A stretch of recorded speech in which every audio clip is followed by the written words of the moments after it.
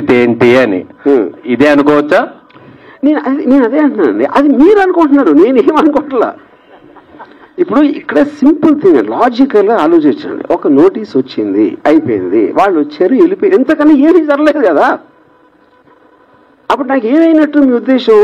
మీరు మీడియా చూసి అదే భయపడి ఉడికిపోతున్నాడు, మంచం కింద ఉన్నాడు, భయపడి కలకట్ట అన్ని మీరు అనుకుంటున్నారు. అది అక్కడ ఏమీ జరగలేదు కదా.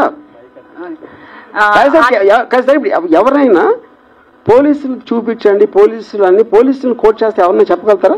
అది నిజం కాబట్టి చెప్పగలుగుతాను. నేను ఒక ఇన్స్టిట్యూషన్ ఆఫ్ ద గవర్నమెంట్ని నేను డైరెక్ట్గా కోర్టు చేస్తా, ఇంతవరకు వాళ్ళని అరెస్ట్ చేయడం నాకు చెప్పలేదు, ఎవరికి చెప్పలేదు.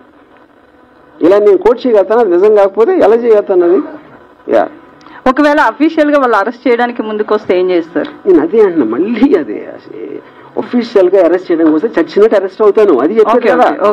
అయితే ఒకటి ఆ మాజీ సీఎం జగన్ కావచ్చు, లేదా మాజీ మంత్రులు కావచ్చు, ఎవరైనా ఈ వారం 10 రోజులుగా మీకు ఎవరైనా టచ్ లోకి వచ్చారా? సానుభూతి తెలపడం కావచ్చు?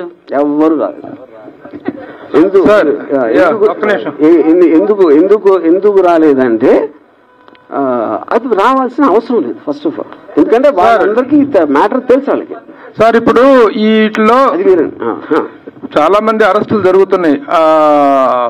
బోరుగడ్డ అనిల్ అని, శ్రీరెడ్డి మీద కానీ, పోసాని కృష్ణమురళి కానీ, సజ్జల భార్గవ్ వీళ్ళందరూ చాలా ఫిల్తీ లాంగ్వేజ్ వాడారు, చాలా దారుణమైన భాష వాడారు. కానీ రామ్ గోపాల్ వర్మ భాష ఎప్పుడూ వాడలేదు.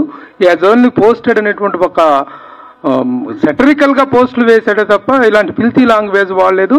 ఆయన అరెస్ట్ చేయటం అనేటువంటిది అంత ఇది కాదు అనేటువంటిది, ఆయన మీద చర్య తీసుకోవటం అనేది అంత కరెక్ట్ కాదు అనేటువంటి ఒక సాఫ్ట్ కార్నర్ సానుభూతి మీ మీద ఉంది. How do you take that?